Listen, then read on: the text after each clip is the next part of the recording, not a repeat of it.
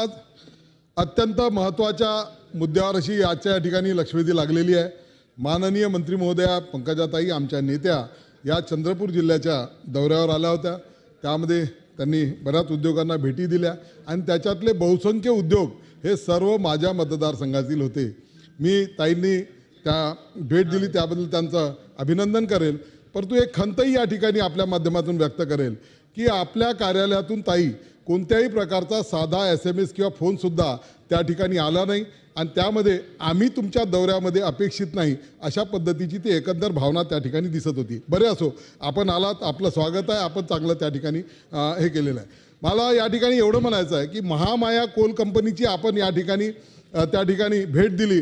ही फार छोटी Coal washery आहे ज्याच्या परिसरातील प्रदूषण आहेच आहे, परंतु इतरही मोठमोठ्या कोल वॉशरीज आहे त्यांच्या बाबतीत सुद्धा। आणि एवढंच नव्हे, कोल वॉशरीसोबतच ज्या कोळसा खाणी आहे, जे कोल ट्रान्सपोर्ट करणारे डेपो आहे, ज्या ठिकाणी कोलच्या रेल्वे सायडिंग आहे, त्या ठिकाणी या सर्व आणि इतरही ठिकाणचं जे प्रदूषण आहे तिथल्या शेतकऱ्यांना आपण मदत मिळवून देण्याच्यासाठी म्हणून एक धोरण ठरवणारा आता माननीय विकासजी खारगे साहेब सुद्धा त्या ठिकाणी येऊन गेले, तर त्याच्यासाठी सुद्धा आपण धोरण ठरवलं पाहिजे।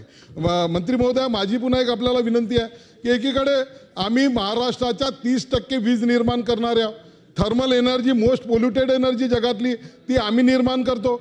एवढंच कमी आहे की काय म्हणून आम्ही महाराष्ट्रातलं सगळ्यात जास्त सिमेंट निर्माण करणाऱ्या, मला एका आकडेवारी जे कळली ती बरोबर आहे की नाही माहीत नाही, सदनामध्ये सांगतो की जापानला जेवढं सिमेंट लागते तेवढं सिमेंट निर्मिती करणारे आम्ही आहे। आणि एकीकडे कोळशापासून होणारं प्रदूषण तर आपल्याला दिसते, परंतु हे जे सिमेंट प्लांटच्याद्वारे होणारं प्रदूषणसुद्धा हे मोठं आहे। आता तिसऱ्यांदा या ठिकाणी आम्ही स्टील उद्योगसुद्धा, आता माननीय सभापती महोदय ते अध्यक्ष महाराज बसलेले आहेत तिथं, त्यांचे जालनाचे सगळे उद्योग स्टील प्लांट मोठे मोठे चंद्रपूरमध्ये आहे, हे सुद्धा मोठ्या प्रमाणामध्ये प्रदूषण करणारे या ठिकाणी उद्योग होत आहे। कोळसा, स्टील, वीज हे सगळे प्रदूषण करणारे उद्योग जर चंद्रपूरला येत असेल, देशाच्या निर्मितीमध्ये चंद्रपूरचा सहभाग वाढवणारे असेल, महाराष्ट्राच्या उत्पन्नामध्ये चंद्रपूरचं एक विशेष असतं, 122% GST देणारा आमचा चंद्रपूरचा जिल्हा आहे। 100%पेक्षा उद्दिष्ट पूर्ण करून 122% आम्ही GST दिलेला, उत्पन्न दिलेलं आहे। परंतु चंद्रपूरच्या लोकांना मात्र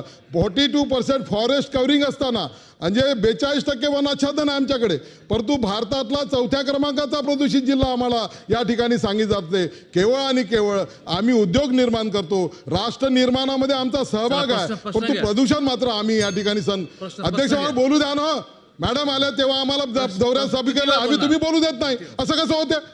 असं होतं? बिलकुल असं बोलू द्या आम्हाला, तुम्ही असं नाही होणार साहेब, लक्षवेधी आहे, बोलू द्या आम्हाला।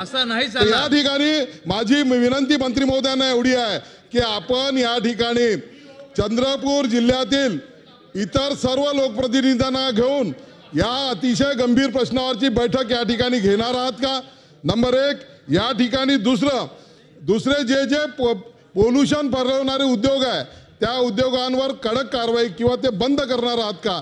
तिसरी गोष्ट, माननीय मुख्यमंत्री देवेंद्रजी फडणवीस यांचं या ठिकाणी आपण अभिनंदन केलं पाहिजे की चंद्रपूरमध्ये जे चंद्रपूर महावितरण केंद्र आहे त्याच्यातले जे जुने युनिट बंद झाले होते ते बंद केले। 800 मेगावॅटचा युनिट या ठिकाणी तो निर्माण होत आहे। आदित्य साहेबांनी जो प्रश्न उपस्थित केला की ॲश पॉन्ड हा काही त्याचं सोल्युशन होऊ शकत नाही, म्हणून चंद्रपूरचीच राख चंद्रपूरमध्ये कंझ्युम झाली पाहिजे याचं धोरणही आहे की जे उद्योग ॲश बेस इंडस्ट्री आहे त्यांच्या उद्योगापर्यंत ती ॲश नेऊन दिली पाहिजे, परंतु असं होत नाही।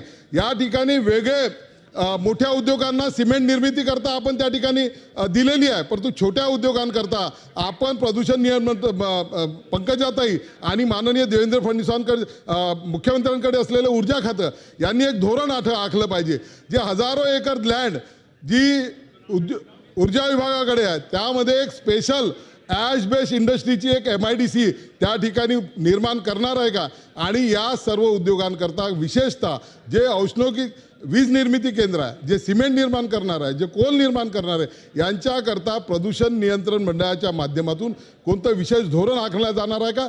आणि एक मोठा अधिकारी त्या ठिकाणी देण्याची आवश्यकता आहे। हा जेव्हा केव्हा मीटिंग घेतली जाते त्या इंडस्ट्रीचा माणूस नंतर बोलतो, पहिले अधिकारीच त्यांच्या वतीनं, म्हणजे हा जनतेचा अधिकारी आहे की त्यांचा वकील आहे, अशा पद्धतीची भूमिका त्या ठिकाणी घेतल्या। ही बैठक लावणं, हे जे 2-3 स्पेसिफिक प्रश्न आहे याच्यावर मंत्री महोदयांनी या ठिकाणी आम्हाला मार्गदर्शन करावं ही विनंती. धन्यवाद. या सन्माननीय सदस्य जोरगेवार यांनी जे प्रश्न मांडले, मी सुरुवातीलाच सांगितलं की आपण ह्याच्यामध्ये शॉर्ट टर्म, मिड टर्म आणि लाँग टर्म गोल ह्याच्यावर आपण ऑलरेडी एक काम करत आहोत. तर तीच कमिटी आहे, त्याची बैठक आम्ही घेत आहोत. आपण स्वतः उपस्थित होता जेव्हा मी चंद्रपूरला आले, आपण बैठक घेतली. जिल्ह्याची सर्व कलेक्टर वगैरे उपस्थित होते आपल्या कलेक्टरांच्या कार्यालयात. आता मी राज्याची कॅबिनेट मंत्री आहे, त्यामुळे ज्याही जिल्ह्यात मी माझ्या मंत्रालयाच्या किंवा पक्षाच्या संदर्भातल्या कामात जाते त्याला सर्वजण अपेक्षित आहेत. तर वेगळा म्हणजे मी तो प्रोटोकॉलच आहे, सर्व आमदार माझ्या पक्षाचे त्यांनी येणंच आहे. तर आपण कधी आलात तर स्वागत आहे. वेगळ्या SMS ने आज कायमचं तुम्हाला निमंत्रित करत आहे, तुम्ही येऊ शकता. याचबरोबर आपण जे सांगितलं त्याच्यामध्ये सिमेंटचं आपण जे सांगितलं उद्योग करा, तर ते सिमेंट उद्योग विभागावर बसून मला चर्चा करावी लागेल, कारण त्याबद्दल ऊर्जा आणि उद्योग विभाग ठरवेल. प्रदूषणाच्या बाबतीत मात्र आपण शॉर्ट टर्म, मिड टर्म आणि लाँग टर्म गोलवर काम करू आणि तीच बैठक असेल. त्यासाठी चंद्रपूरच्या सर्व लोकप्रतिनिधींना इन्व्हॉल्व केलं जाईल.